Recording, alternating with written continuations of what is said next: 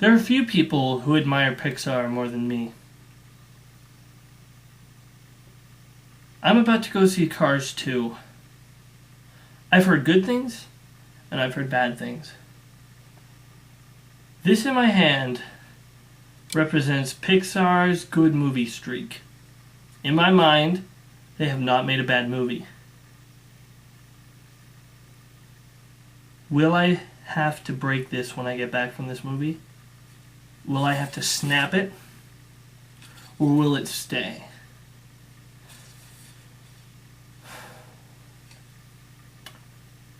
Well, we're going to just have to wait and see.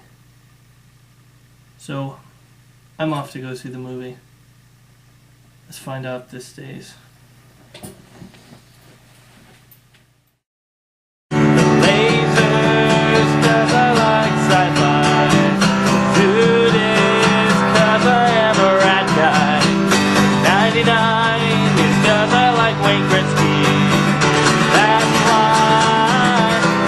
Lazy to 99.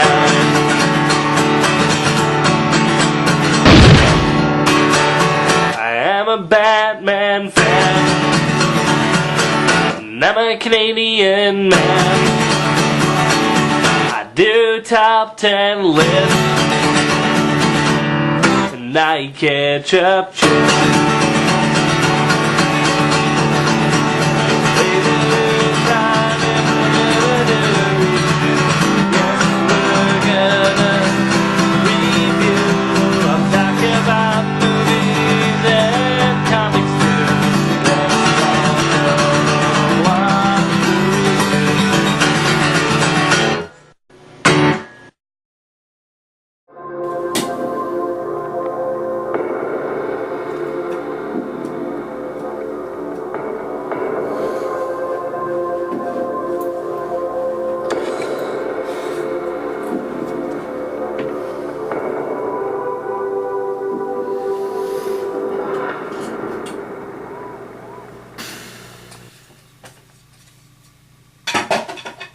Streak continues. Okay, so Cars 2.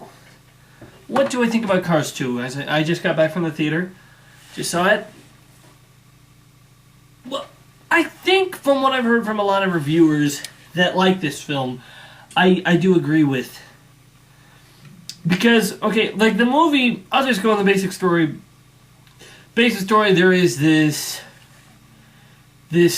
evil organization that has this evil scheme, and there's this British agent, Fen McMissile, which is who is played by Michael Caine, and he is trying to stop this evil organization from doing something which he doesn't know, evil. Also, in the meantime, you have Mater and Lightning McQueen going on a World Grand Prix racing tour, and while on the tour, Mater gets mistaken for an American secret agent and is brought along with Fen McMissile to help with this. Before he even knows what this, he's souped up in all this spy gear, and he's in the middle of a high-tech spy investigation, while Lightning McQueen is also racing this driver named Francesco, who is, all full of himself, and Lightning McQueen has to try to find a way to beat him. So, let me just start with the stuff that I didn't like about this film. The thing that, first off, that bugged me is really Mater is the star of this film. I mean, the first Cars, it's obvious that Lightning McQueen's the main character and Mater's a secondary comic relief character, where in this film, it's obvious that Mater is the main character. It's just Mater all the way. So, I mean, like, yeah, Lightning McQueen's like a secondary character, and not as much. It doesn't have as much to do as Mater does. Now, for the biggest problem that I really have with this story is a lot of it is cliched. Like the bozo idiot that gets trapped along with all these secret agents, and they think that he's brilliant because he's such a moron. It's been done before. I mean, the first thing that comes to mind is the man who knew too little. That's the first movie that comes to mind, and there's a few others, and a lot of them have not been that good. So, when I see this, I'm just like, it's been done before. And, it's usually one of those ideas for a movie where you don't really have any idea for a second one, so you add an old plot from another movie and just apply it to yours and work around it. So that I didn't fully like. So I just want to say, when I first heard about Pixar doing a Cars 2, this is what I thought. I thought, oh no, Pixar, you've finally fallen, haven't you? You finally thought, hey, Cars made a lot of money because of all the toy cars we can make and all the action figures, so let's make another Cars 2. We won't use a real story. Money! But no, actually no. Because the first Cars, it had a really cliched story too. The guy, the out-of-town rich guy, all high on himself, gets into this down dirt place, and he hates the place until he comes around and realizes that he enjoys the place, enjoys the people, and falls in love with the character. But the thing that made it not a bad movie is the same thing that makes this not a bad movie. It's fun. I mean, obviously, probably out of all the Pixar movies, my least favorites would be Cars and Cars 2 and A Bug's Life. I know a lot of people like A Bug's Life, but it was a cliched story. But, and all of them, even though they're my least favorite, doesn't make them bad movies. Because as long as a movie, the number one thing that you want a movie to do, the first thing before it does anything else, is keep you entertained. Now, the second thing that you really want them to do is tell a really good story. So, but if you tell an alright story, but still keep people entertained, you still have an alright film. Nothing spectacular like Pixar's other films. And that's the thing that everyone's really been saying that I agree with, is that the reason that so many people are bashing this is because it's a Pixar film, and Pixar has these humongous, great, intertwined films all the time that they figure, you know what, this isn't as good as Cars 2 isn't as good as Up, it's not as good as WALL-E, it's not as good as Ratatouille, it's not as good as Incredibles, nope, it's a bad movie, horrible, horrible movie. And as people say, if this was made by DreamWorks or Sony Pictures Animation, people would be like, it's alright, it's entertaining. But no, it's Pixar, so it has to be amazing! I think Pixar can deserve a break every now and then. And this movie, it's not bad. It's entertaining. There are a lot of funny lines in this film. One of my favorites is some of them are just quick lines. One of my favorites was Mater's driving as fast as he could to get to McQueen. I won't explain why, but he's in London, and all these cars are driving out of his way, and he's like, "Why is everybody on the wrong side of the road?" Not realizing that London vehicles, the steering wheel's on the other side, therefore they drive on the other side. I thought that was funny. That was pretty funny for me. And just a lot of just quick lines are pretty good. And I must admit, the secret agent stuff actually is pulled off that well. I mean, the opening part with Finn McMissile, and he's grappling onto this oil tanker, I'm just like, really? Seriously? I mean, that looks so stupid. But after a while, you get... the number one question you really kind of have to ask with Cars. Why? Why did they have to make this world that everything is cars? Why? It doesn't make sense. Why? But if you think about that, that's a lot with other films too, robots. Why? Why is the entire world filled with robots? And that's the first thing you think of, but after a while you get used to it and you don't think about it that way. You just accept this is just a world where everything is a car, or a plane or a boat, And so you just gotta accept, okay, that's the way it is, so let's see if they can entertain us. There's a couple of other things I don't like. There's the thing that's been overused to death where the stupid guy makes a mistake and the other guy just flips out and gets angry with him. And he's like, oh, okay, I'll go over by myself now. You know, it's like the Gilligan's Island thing. You know, every like 4th episode when they didn't try to get off the island, everyone get mad at Gilligan. And he'd be like, you know what, everyone's so mad at me, so I'm just gonna leave. And he does, and then they're like, oh no, we want Gilligan back. You know, it's the same thing here. You know, Lightning McQueen gets angry at Mater, and the thing that I kind of do like is he has an actual reason to be angry at Mater. He thinks Mater's just playing around, and Mater says something like, what, go outside? And McQueen hears it while he's racing, and he's like, what, go on the outside track? And he does it, and because of that, he loses the race, because he went on the outside track and let the other driver through.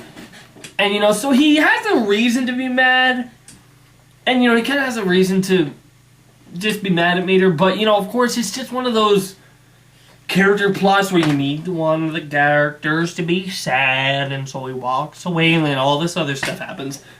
But they kind of wrap it up pretty nicely with the ending scene, for those who have seen it, where Lightning McQueen's trying to apologize, and Mater running away. I thought that was pretty funny. There's actually some interesting actions parts to this film too, and it's kind of funny because since an action sequence in a movie called Cars, it's going to be a car chase, because that's all they are. They're cars. So if you have an action sequence, it's cars. It's going to be a car chase. So you think, well, maybe they get sick of cars for now, but you know the gadgets that these spy cars have are pretty cool. And you know, it's not. The villain plot is kind of interesting because all the villains are these rich cars that are called lemons. You know, the crappy cars that never really made it. The crappy cars that they were just put out for a little bit and then nobody wanted to. Which kind of doesn't really make sense because this is a world that was only inhabited by cars. Who's making cars? Is there like a car god? And this would be the Ford Focus. Go. I don't know. You know, it doesn't really make sense in that respect. But if you look at Monsters Inc., the world kind of doesn't really make that much sense. But you don't really need to know all that stuff. But you just accept it, and if you accept it, you'll probably have a fun enough time for Cars. Will you have a deep emotional investment in these characters? Not too much. But, you know, if you just watch it, like okay, when you went into Toy Story 3, there was a few expectations you had for a Toy Story film. Think about that in the same way, except for Cars. What did you get out of the first Cars film? Now, go in there with expectations of only going to get what you got out of the first Cars film, and you'll enjoy it fine. If you go in there expecting to get something that you got out of Ratatouille, or The Incredibles, or Monsters Incorporated, or any of the Toy Story films, or Finding Nemo, can't forget Finding Nemo, you're not gonna enjoy it, because you're gonna think it's gonna be on this level, when, you know, the first Cars and the other stuff, it's really only on this level. It's not here, it's not down, it's not bad. It's on the above average level. And so if you go in there knowing that, only to expect what you're going to get out of a Cars film, then you'll enjoy it fine. I will say this, I don't really want a Cars 3. Only because there's only so much you can stretch this. It was a little bit of a stretch the way you did it, the way Cars 2 did it here. A little bit of a stretch to add this whole spy subplot. Now if you go into a third one, it'll feel forced, and I don't think it will feel as natural as Toy Story 3 was. You know, so next of course they have the Brave movie, which looks really interesting. And they have also the Monsters Inc. prequel. Now, I don't know about that. I don't know. I thought that out of all the Pixar movies, you know what film I think was best set up for a sequel? Ba-dum-bum-ba-da, ba-dum-bum-ba-da, The Incredibles. I think that was the movie that was best set up for a sequel. It ended with them all being superheroes, and you can have a different new supervillain come up. That what I thought was really the most set up for a sequel. And now Cars has gotten a sequel, and Monsters Inc. is going to get a prequel. So I wonder if they'll ever go back to The Incredibles. Maybe what they're doing, maybe what they seem to be doing, is maybe they'll do a movie, original movie, sequel or prequel, original movie, sequel, prequel. You know, if they did that for some of their films, of course not all of their films should have sequels. I don't think Ratatouille or WALL-E or Up or even Finding Nemo should get a sequel. Those are standalone films. But, you know, Monsters Inc. for a prequel, that's fine with me. And for Toy Story, I keep on hearing rumors that there's going to be a Toy Story 4 or 5. And I don't want that. I like the way it ended off. If you add more, it'll just feel forced and contrived. And that's the way I kind of feel about if they ever make a Cars 3, it'll probably just feel forced and contrived. But as it stands, Cars 2 gets out of me 6.5 out of 10. So, thanks for watching, guys. Remember, I'm LazyDude99, and if I don't like it, it's not worth it. But if you have seen Cars 2, or if you're avoiding it, and or maybe you want to see it, but just know that if you go in here just expecting more of what you got from Cars, the first Cars film, then you'll enjoy it fine.